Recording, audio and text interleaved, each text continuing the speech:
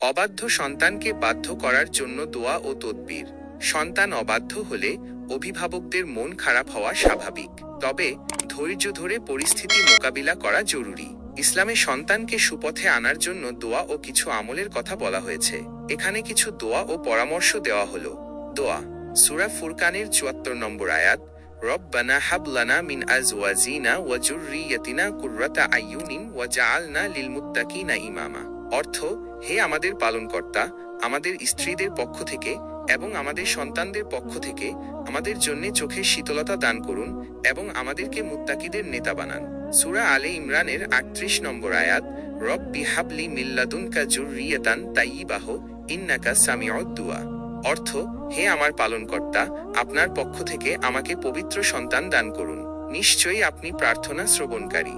প্রতিদিন ৫ ওয়াক্ত নামাজের পর সন্তানের হেদায়েতের জন্য আল্লাহর কাছে দোয়া করুন। সন্তানের কপালে হাত রেখে সূরা ফাতিহা ও আয়াতুল কুরসি পড়ে দোয়া করুন। তদবির। সন্তানের সঙ্গে বন্ধুত্বপূর্ণ সম্পর্ক গড়ে তুলুন। তাদের কথা মনোযোগ দিয়ে শুনুন এবং তাদের মতামতকে সম্মান করুন। সন্তানকে ভালো কাজের জন্য উৎসাহিত করুন এবং খারাপ কাজ থেকে বিরত থাকার জন্য বুঝান। সন্তানকে নিয়মিত কোরআন তেলাওয়াত ও ইসলামিক বই পড়তে উৎসাহিত করুন। সন্তানকে সৎ ও দ্বীনদার বন্ধুদের সঙ্গে মিশতে উৎসাহিত করুন। সন্তানের জন্য একজন ভালো আলেমের পরামর্শ নিন। বিশেষজ্ঞদের মতে সন্তানদের সঙ্গে দুর্ব্যবহার না করে অন্য কোনো ব্যবস্থা নেওয়া প্রয়োজন। তাদের কি প্রয়োজন সে বিষয়ে নজর রাখা দরকার। মনে রাখবেন, দোয়া ও তদবিরের পাশাপাশি সন্তানের প্রতি ধৈর্য ধারণ করা জরুরি। সন্তানের প্রতি অতিরিক্ত রাগ বা জেদ প্রকাশ করা থেকে বিরত থাকুন। সন্তানের মধ্যে ইতিবাচক পরিবর্তন আনার জন্য নিয়মিত দোয়া ও চেষ্টা চালিয়ে যান। গুরুত্বপূর্ণ পরামর্শ।